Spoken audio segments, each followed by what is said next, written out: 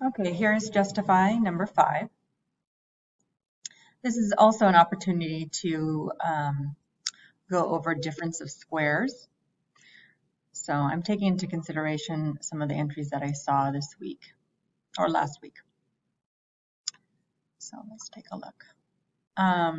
Notice that all of these options, A, B, C, and D, or actually just A, B, and C, are all difference of squares, not D, but A, B, and C. Difference of squares is a way you can factor a difference. Let's write it down.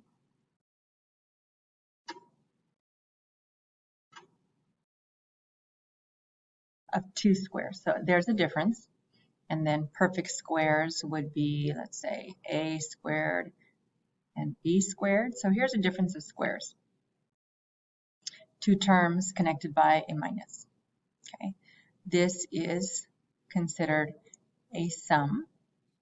And when you, well, a sum because this can also be like this. Okay. So remember, a subtraction problem can also be turned into an addition problem.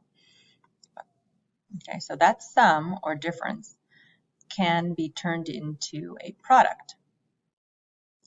And that is the process of factoring. Okay, so when you have a difference of 2 squares, you can factor, turn this into a product by taking the square root of the first square, which is A, because A times A is A squared. And then the difference, the square root of the second square, which is B, because B times B is B squared. And then what goes in between to connect each of these in the factor is a plus and a minus. You could put minus and then a plus, but either way, that's going to work. Okay, this is how you factor a difference of 2 squares. And just to confirm that this is true, correct, you can also distribute, right, and get that product back to a sum by multiplying. So A times A is A squared. A times B is negative AB. B times A is positive B times A, which is just A times B. That way we recognize it as a like term later. And then B times negative B is negative B squared. What happens here is these 2 inside terms are opposites of each other. So they zero out. Some of you were talking about canceling out that. They zero out, okay? And you end up with A squared minus B squared. Okay, so it is true that this product is equivalent to this sum or difference. Okay, so just to confirm. So if we take a look at these, right here,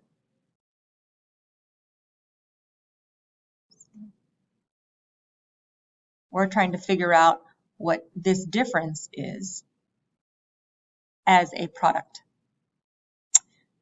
We can eliminate this one because we know that this right here, if we multiply it out, we will end up with A squared plus, or actually, x times negative ax, then distribute the A plus ax minus a squared. We're going to get this to equal x squared minus a squared. Some of you wrote this down but then didn't show the process.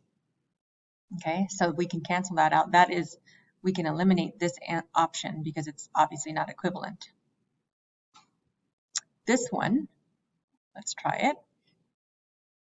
Okay, distribute the x and then distribute the square root of a, x squared, x squared, and then x times negative a, which would be x times square root of a. And some of you put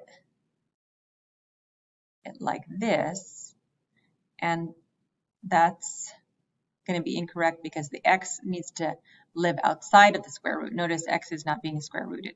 So just to make that happen, we can put it in the front. It's still multiplication, but it's a little easier to understand that the x is not in the square root. Okay. This would also, so this is not equivalent to the square root of a and then times x. Okay, and if we want to write this so it clears that up, so it doesn't look like it's in the square root, we like to put it in front. Okay, so these two are equal, but this is not. Okay, and then when we distribute the square root of a, we get square root of a times x, so I'm going to put positive x times the square root of a, and then the square root of a times the square root of a is the square root of a times a, which is just a, because the square root of this square is just the root, the number that is multiplied to itself. So we end up with minus, because positive times negative is a negative, and we end up with a. And we can, when we do this, right, these zero out, and we end up with x squared minus a, which is the correct answer. It is equivalent to what we have in green. Right? This is equivalent to this. Okay? So you could have also taken this and